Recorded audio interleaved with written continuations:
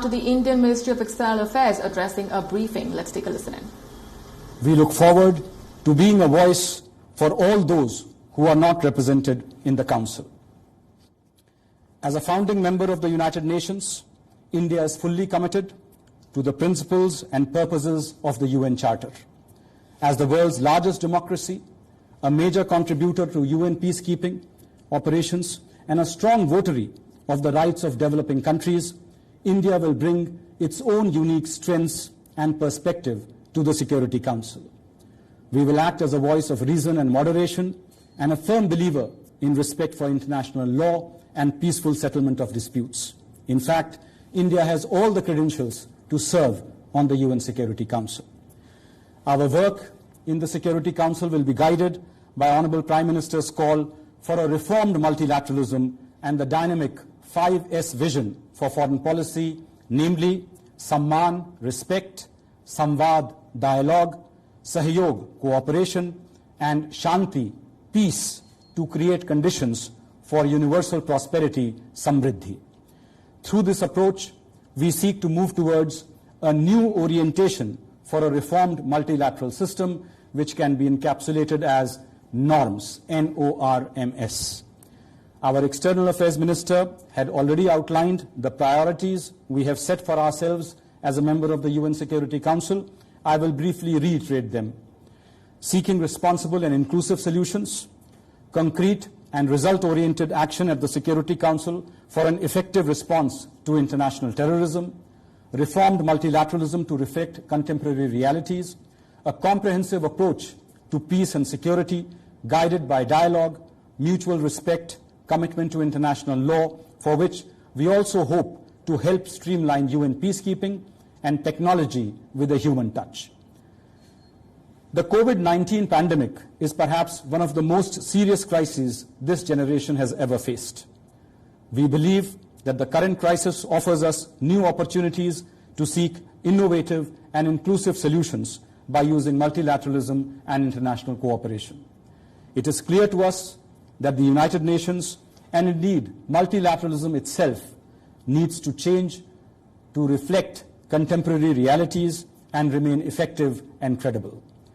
As we look forward to celebrating the 75th anniversary of the United Nations and later the 75th anniversary of our own independence in 2022, India's presence in the Security Council will help bring to the world our ethos that the world is one family, Vasudhaiva Kutumbakam. So this is my opening remark, and now, as I said, I am open to taking a few questions. Thank you, sir, for those remarks. We've received a few questions in advance, so I'll go through them. Geeta Mohan from the India Today wants to know, while it's a secret ballot, who are the likely 8 countries who have not voted for India? Would you like to respond to that? Well, that is your job and not mine. It was a secret ballot, as you all know, and it is not possible for us to speculate on that ballot. But the important thing is focus on the 184. You know, this reflects an almost universal acceptance, the most widespread support possible. And also don't forget that we had the complete endorsement of the Asia Pacific Group. We were the only candidate for that sole seat. And I think the number of votes that we have received far exceeded the minimum threshold required. You know, the threshold to become a member of the Security Council is you have to get a 2/3 majority, which is 128 votes. In our case, we not only got the 128 votes, we got many more in excess of that, reaching 184. And I think this was one of the best performances ever by India in a UN Security Council election. So I would leave it at that. There's a similar question from Akhilesh Suman of Rajya Sabha TV, so I will not read that. Huma Siddiqui from the Financial Times Online wants to know, what is the importance of being a non-permanent member of the UN Security Council? Does it or will it help in becoming a permanent member? Well, you know, the UN Security Council is the highest body that the international community accepts, charged with the maintenance of international peace and security. Our presence on the Security Council and our performance there over the next 2 years will underscore the value that a country like India brings to the table and reaffirm our credentials to be a permanent member of the UN Security Council. It will be a good measure of the value India can bring to the Council by increasing the representativeness of the Council and building bridges among various groups. It will help the process of making the Council better reflective of contemporary realities. We will, of course, continue to take part in the intergovernmental negotiations in the UN, where the matter of UN Security Council reform is being discussed, and we will make efforts for concrete progress in those negotiations. So Maha Siddiqui from CNN News 18.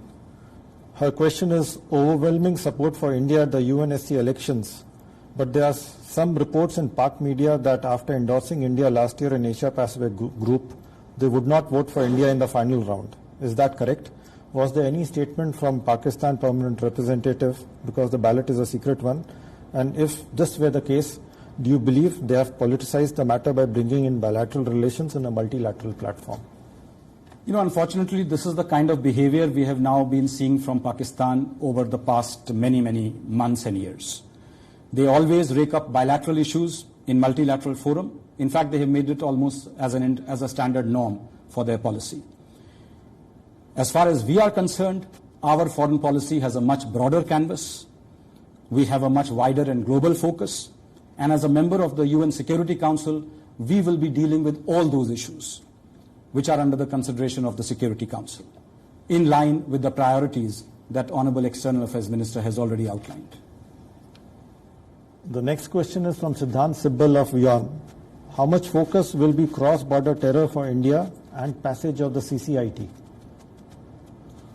You already heard me, Siddhant, when I outlined the priorities that we will bring to our tenure at the Security Council. And yes, enhancing counter-terrorism action by the UN Security Council is one of the main priorities for us. Earlier also, if you recall, when India was a member of the UN Security Council during 2011-12, we had chaired the United Nations Counter-Terrorism Committee and had brought in the concept of zero tolerance for terrorism. During our coming term, we will work to enhance the global action against terrorism, their supporters and sympathizers, and safe havens by seeking the streamlining of the process of sanctioning of the terrorists and terrorist entities. The process of sanctions also needs to be depoliticized, as there is no justification for any act of terrorism.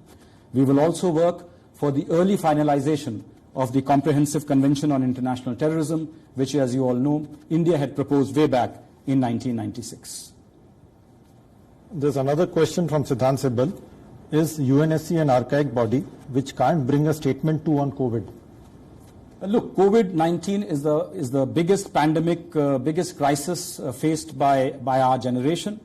And in the UN system, it is being dealt mainly by the World Health Organization, which is the key technical body empowered to act as the voice of the global community in this regard. However, at the same time, we have clearly said that the UN system needs reform urgently, and all its bodies, including the WHO and the Security Council, need to be reformed to reflect contemporary realities. This is the reason why Honorable Prime Minister has called for a reformed multilateralism. So the point is not to reject everything, but to see what is there and to make it better. So Madhurendra from News Nation wants to know what was China's and Pakistan's position on India's election to UNSC. Madhurendra, this is a question you need to ask China and Pakistan. I'm not their spokesman. You should better ask them. As far as I'm concerned, we had overwhelming support of 184 countries present and voting that day. Thank you, sir. I understand there are no more follow-up questions, so we can conclude the special briefing. Thank you so much, sir, for joining us. And we'll resume in 5 minutes with our weekly media briefing. So please stay with us, stay connected. Thank you. Thank you. There we have the Indian Ministry of External Affairs addressing the media after India was elected as a non-permanent member of the UN Security Council. The Indian Ministry of External Affairs reaffirming India's resolve to be a voice of reason, saying that it is the resolve to become a permanent member that now gets reaffirmed.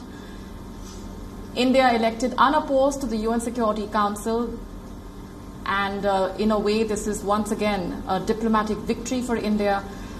New Delhi was the sole contender from the Asia Pacific region.